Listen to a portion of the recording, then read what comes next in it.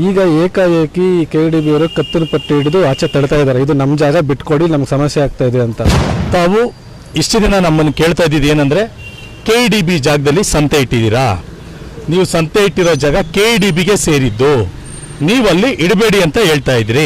ನಿಮ್ಮ ಜಾಗ ಯಾವ್ದಾನ ಇದ್ರೆ ಹೇಳಿ, ನಾವಲ್ಲಿ ಶಿಫ್ಟ್ ಮಾಡಿಸ್ಕೊಡ್ತೀವಿ ಅಂತ ಹೇಳಿದರು.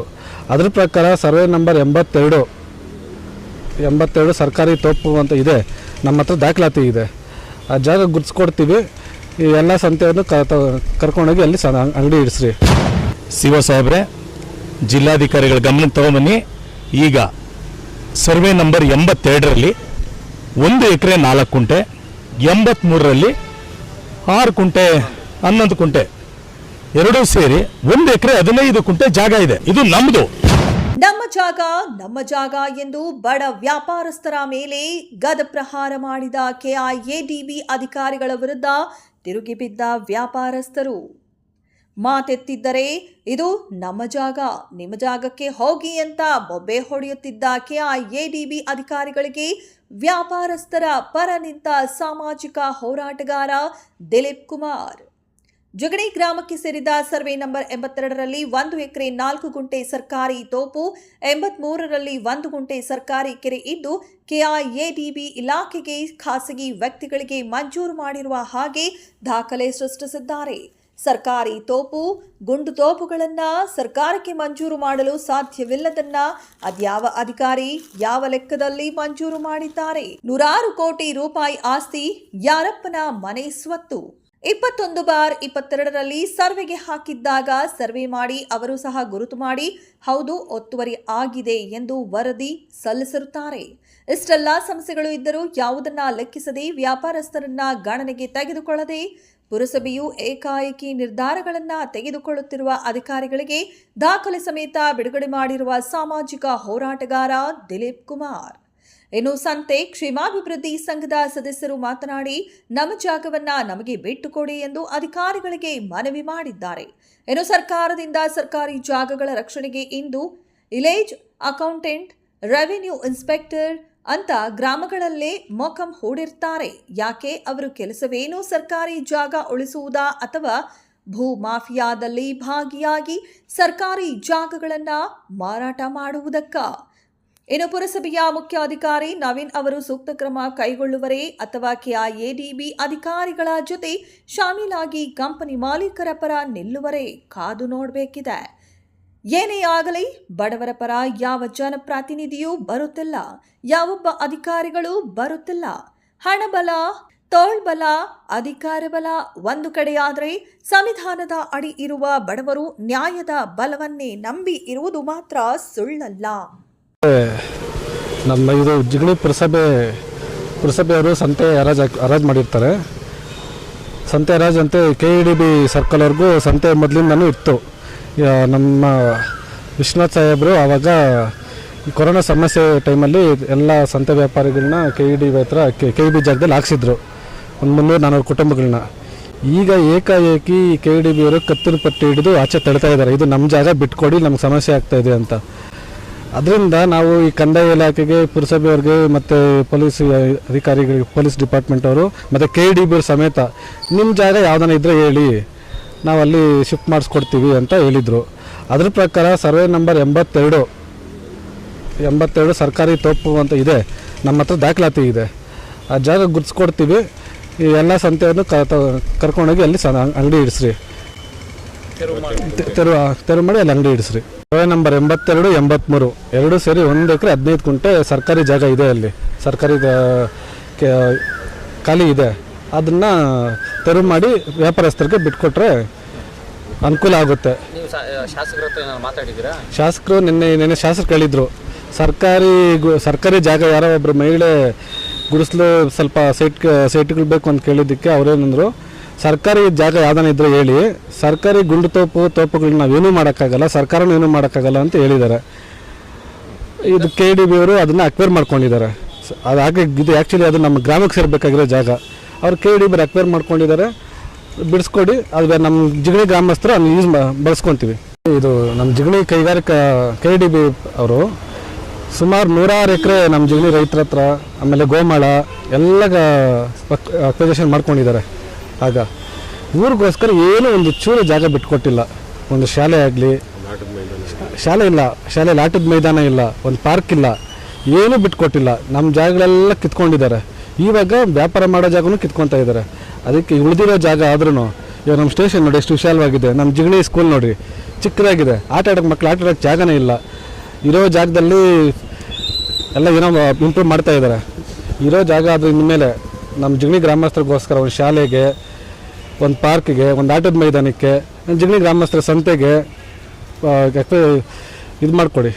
ಮಾನ್ಯ ಜಿಲ್ಲಾಧಿಕಾರಿಗಳಿಗೆ ಹಾಗೂ ಆನೇಕಲ್ ತಾಲೂಕಿನ ತಹಶೀಲ್ದಾರರಿಗೆ, ಮಾನ್ಯ ಜಿಗಣಿ ಪುರಸಭೆ ಸಿಒ ಅವರಿಗೆ, ತಾವು ಇಷ್ಟು ದಿನ ನಮ್ಮನ್ನು ಕೇಳ್ತಾ ಇದ್ದಿದ್ದು ಏನಂದರೆ KDB ಜಾಗದಲ್ಲಿ ಸಂತೆ ಇಟ್ಟಿದ್ದೀರಾ, ನೀವು ಸಂತೆ ಇಟ್ಟಿರೋ ಜಾಗ KDBಗೆ ಸೇರಿದ್ದು, ನೀವಲ್ಲಿ ಇಡಬೇಡಿ ಅಂತ ಹೇಳ್ತಾ ಇದ್ರಿ. KDBರು ಬಂದು ಪ್ರತಿದಿನ ಇದು ನಮ್ಮ ಜಾಗದಲ್ಲಿ ಬಂದು ಕೂತಿದ್ದೀರಾ ಅಂದಾಗ ನಾವು ಏನು ಮಾಡೋದು, ಇದು ಯಾರ ಜಾಗ, ಏನು ಮಾಡಬೇಕು, ಮುಂದೆ ಏನು ಗತಿ ಅಂತ ಯೋಚನೆ ಮಾಡ್ತಾ ಇದ್ದಾಗ ಸಿಒ ಸಾಹೇಬ್ರೆ, ಜಿಲ್ಲಾಧಿಕಾರಿಗಳ ಗಮನಕ್ಕೆ ತಗೊಂಬನ್ನಿ. ಈಗ ಸರ್ವೆ ನಂಬರ್ 82ರಲ್ಲಿ 1 ಎಕರೆ 4 ಕುಂಟೆ, 83ರಲ್ಲಿ 11 ಕುಂಟೆ, ಎರಡೂ ಸೇರಿ 1 ಎಕರೆ 15 ಕುಂಟೆ ಜಾಗ ಇದೆ. ಆಯ್ತಾ? ಇದು ನಮ್ಮದು, ಜಿಗಣಿ ಗ್ರಾಮದ್ದು. ದಯಮಾಡಿ ನೀವು ಎಲ್ಲಿದೆ ಅಂತ ಕೇಳ್ತಾ ಇದ್ರಲ್ಲ, ನಮ್ಮ ತಾಲೂಕಿನ ಎಲ್ಲ ಅಧಿಕಾರಿಗಳನ್ನ ಕೇಳ್ಕೊತೀವಿ, ಆ ಜಾಗನ ಬಿಡಿಸ್ಕೊಡಿ. 100 ಜನ ಬಡ ವ್ಯಾಪಾರಸ್ಥರು, ರೈತರಿಗೆ ಅನುಕೂಲ ಆಗೋ ಥರ ವ್ಯಾಪಾರ ಮಾಡ್ಕೊಂಡು ಹೋಗ್ತೀವಿ.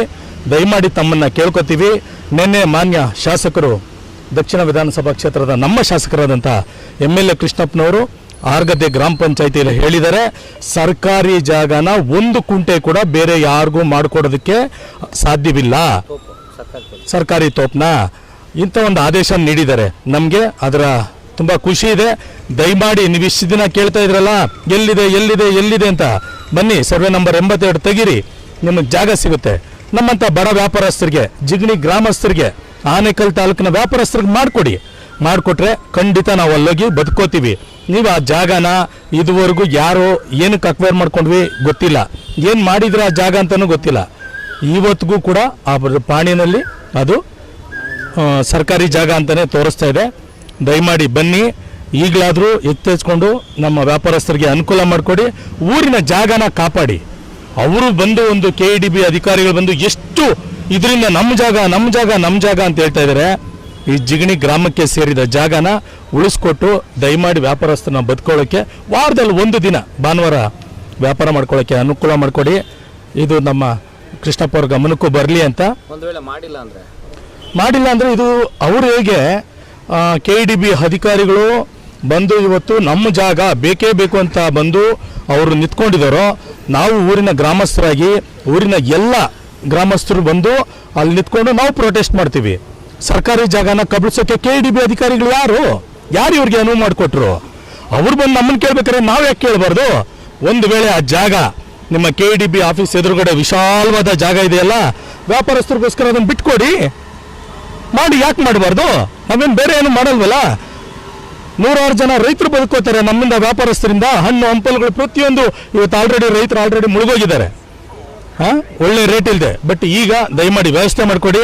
KDB ಅಧಿಕಾರಿಗಳೇ, ದಯಮಾಡಿ ನೀವು ಕೂಡ ನಮ್ಮ ಜೊತೆ ಬಂದು ಸಹಕರಿಸ್ತೀರಾ ಅಂತ ನಿಮ್ಮನ್ನ ನಂಬ್ಕೊಂಡು. ಅದೇ ರೀತಿ ಏನು ಹೇಳಬೇಕು ಅಂದರೆ, ನಮ್ಮ ಜಿಗಣಿ ಸುತ್ತಮುತ್ತ ಏನು ಒಂದು 7-8 ಕೆರೆಗಳು ಬರ್ತದೆ. ಕೆಲಸನಹಳ್ಳಿ ಆಗಿರ್ಬೋದು, ಎನ್ನಾಗರ ಆಗಿರ್ಬೋದು, ಜಿಗಣಿ ಆಗಿರ್ಬೋದು, ಒಡ್ರಪಳ್ಳಿ ಆಗಿರ್ಬೋದು, ಅಥವಾ ಮಂಚನಹಳ್ಳಿ ಆಗಿರ್ಬೋದು, ಅಥವಾ ಕಲ್ಬಾಳು ಆಗಿರ್ಬೋದು. ನೋಡಿ, ನೀವು ಒಂದು ಸರಿ ಬಂದು ಅಧಿಕಾರಿಗಳಾಗಲಿ ಅಥವಾ ಪೊಲ್ಯೂಷನ್ ಬೋರ್ಡ್ ಅವರಾಗಲಿ ದಯಮಾಡಿ ಬಂದು ಒಂದು ಸರಿ ಆ ಕೆರೆಯಲ್ಲಿ ನೋಡಿ, ಯಾವುದೇ ಒಂದು ಪಕ್ಷಿ ಕೂಡ ಇಲ್ಲ. ಏನಾಯಿತು, ಗುಬ್ಬಚ್ಚಿ ಪಕ್ಷಿಗಳು, ಕಾಗೆಗಳೇನಾಯಿತು, ಮತ್ತು ಬಾತ್ಕೋಳಿಗಳೇನಾಯಿತು, ಒಂದು ಸ್ವಲ್ಪ ಬಂದು ನೋಡಿ. ಕೆರೆಯಲ್ಲಿ ಒಂದು ಜಲಚರ ಪ್ರಾಣಿಗಳಿಲ್ಲ. ಯಾಕೆಂದರೆ ನಿಮ್ಮ ಕಂಪ್ನಿಗಳಿಂದ ಬರುವಂಥ ಕಲುಷಿತ ನೀರುಗಳನ್ನ ನೇರವಾಗಿ ಕೆರೆಗೆ ಬಿಟ್ಟಿದ್ದೀರಾ. ಒಂದು STPಯಲ್ಲಿಲ್ಲ, ಬೊಮ್ಮಸಂದ್ರದಲ್ಲಿದೆ, ಹತ್ತಿಬೆಲ್ಲಲ್ಲಿದೆ, ಎಲೆಕ್ಟ್ರಾನಿಕ್ ಸಿಟಿನಲ್ಲಿದೆ. ಜಿಗಣಿಲಿ ಯಾಕೆ ಸ್ವಾಮಿ ಇಲ್ಲ? ಯಾಕೆ ನಿಮ್ಮನ್ನು ಯಾರು ಕೇಳೋರಿಲ್ವಾ, ಮಾಡೋರಿಲ್ವಾ? ನೀವು ಮಾಡಿದ್ದೇ ಅಧಿಕಾರನ, ನೀವೆಲ್ಲ ನೀರನ್ನು ತಗೊಂಬಂದು ಡೈರೆಕ್ಟಾಗಿ ನೇರವಾಗಿ ಬಿಡ್ತಾ ಇದ್ದೀರಲ್ಲ, ಅದನ್ನು ನಮ್ಮ ಜಿಗಣಿ ಎಲ್ಲ ಮಕ್ಕಳು ಆ ಕಲುಷಿತ ನೀರನ್ನು ಕುಡಿದು ಅನಾರೋಗ್ಯದಿಂದ ಬಳಲ್ತಾ ಇದ್ದಾರೆ, ಕ್ಯಾನ್ಸರ್ಗೆ ತುತ್ತಾಗ್ತವ್ರೆ. ಇನ್ನು ಮುಂದೆ ಆದರೂ ಎಚ್ಚೆತ್ಕೊಳ್ಳಿ. ಜಿಗಣಿನಲ್ಲಿ ಆ ಕಲುಷಿತ ನೀರುಗಳನ್ನ ಬರದೇ ಇರೋ ಥರ ನಾವೆಲ್ಲ ಜಿಗಣಿ ಗ್ರಾಮಸ್ಥರು ಕಾಪಾಡ್ಕೋಬೇಕಾಗಿದೆ. ಇದನ್ನ ಹಿಂಗೆ ಬಿಟ್ಕೊಂಡು ಹೋದ್ರೆ ಇವತ್ತು ದನ ಕರುಗಳು ಸಾಯ್ತಾ ಇದೆ. ಐಕಾಲ್ ಫ್ಯಾಕ್ಟ್ರಿ ಒಂದ್ರ ಹಿಂದೆ ನೀವು ಹೋಗಿ ಒಂದು ಕೆರೆಯನ್ನು ನೋಡಿದ್ರೆ ನೀವು 5 ನಿಮಿಷ ಕೂಡ ಅಲ್ಲಿ ನಿಂತ್ಕೊಳ್ಳೋಕೆ ಸಾಧ್ಯನೇ ಇಲ್ಲ, ಅಷ್ಟು ಕಲುಷಿತವಾಗಿದೆ. ದಯಮಾಡಿ KEDB ಅಧಿಕಾರಿಗಳು ಮತ್ತು ಪೊಲ್ಯೂಷನ್ ಬೋರ್ಡ್ ಅಧಿಕಾರಿಗಳು ಮತ್ತು ಮಾನ್ಯ ಜಿಲ್ಲಾಧಿಕಾರಿಗಳು ದಯಮಾಡಿ ಅವರ ಗಮನಕ್ಕೆ ನಾನು ತಗೊಬರ್ತಾ ಇದ್ದೀನಿ. ದಯಮಾಡಿ ಒಂದ್ಸರಿ ನೋಡಿ. ಆಮೇಲೆ ಒಂದು ವಿಚಾರ ಏನಂದರೆ, ನೀವು ಮೋರಿ ಮಾಡ್ತಾ ಇದ್ದೀರಾ, ಫುಟ್ಪಾತ್ ತೆರವು ಕಾರ್ಯಾಚರಣೆ ಮಾಡ್ತಾ ಇದ್ದೀರಲ್ಲ ಸ್ವಾಮಿ, ಯಾಕೆ ಕಂಪ್ನಿಗಳವರು ಹೊರಗಡೆ ಗಾಡಿಗಳು ನಿಲ್ಸ್ಕೊಳ್ಳೋದಕ್ಕೆ? ಇವತ್ತು KTTM ಫ್ಯಾಕ್ಟ್ರಿ ಇರ್ಬೋದು, ಸನ್ಸರ ಕಂಪ್ನಿ ಇರ್ಬೋದು, ಡೆಲ್ಫಿ ಇರ್ಬೋದು, ಅಥವಾ ಟಾಟಾ ಅಡ್ವಾನ್ಸ್ ಇರ್ಬೋದು, ಅಥವಾ ವಿನೋರಮ್ ಇರ್ಬೋದು, ಈ ಎಲ್ಲ ಕಂಪ್ನಿ ವೆಹಿಕಲ್ಗಳು ಅಂದರೆ 2 ವೀಲರು ಮತ್ತು 4 ವೀಲರು ಮತ್ತು ಕಂಪ್ನಿ ಬಸ್ಗಳನ್ನ ತಗೊಂಬಂದು ಆಚೆ ಕಡೆ ನಿಲ್ಲಿಸ್ತಾ ಇದ್ದೀರಾ, ಅದರಿಂದ ಜಾಮ್ ಆಗ್ತಾ ಇಲ್ವಾ? ಸೊ ಬಸ್ಗಳು ನಿಲ್ಸ್ಕೊಳ್ಳೋಕ್ಕೆ, ಕಂಪ್ನಿ ಗಾಡಿಗಳು ನಿಲ್ಸ್ಕೊಳ್ಳೋಕ್ಕೆ ಇಷ್ಟು ಕಷ್ಟಪಟ್ರ? ಅವ್ರಿಗೆ ನೀವೇನು ರೋಡೆಲ್ಲ ಬರ್ಕೊಟ್ಟಿದ್ದೀರಾ ನಿಲ್ಸ್ಕೊಳ್ಳಿ ಯಾವ ವೆಹಿಕಲ್ ಬೇಕಾದರೂ ಅಂತ? ಯಾರೋ ಬಡವರು ಒಂದು ದಿನ ಭಾನುವಾರ ವ್ಯಾಪಾರ ಮಾಡ್ಕೊಂಡು ಹೋಗ್ತೀನಿ ಅಂದರೆ ಇದು ನಮ್ಮ ಜಾಗ ಅಂತೀರಾ? ಇವತ್ತು ಅದು ಸಾರ್ವಜನಿಕರ ರಸ್ತೆ ಆಗಿದೆ. ಫುಟ್ಪಾತ್ ಅಲ್ಲಿ ಗಾಡಿಗಳು ನಿಲ್ಲಿಸಿದ್ದಾರೆ, ಜನರು ರೋಡ್ ಮೇಲೆ ಓಡಾಡ್ತಾ ಇದ್ದಾರೆ.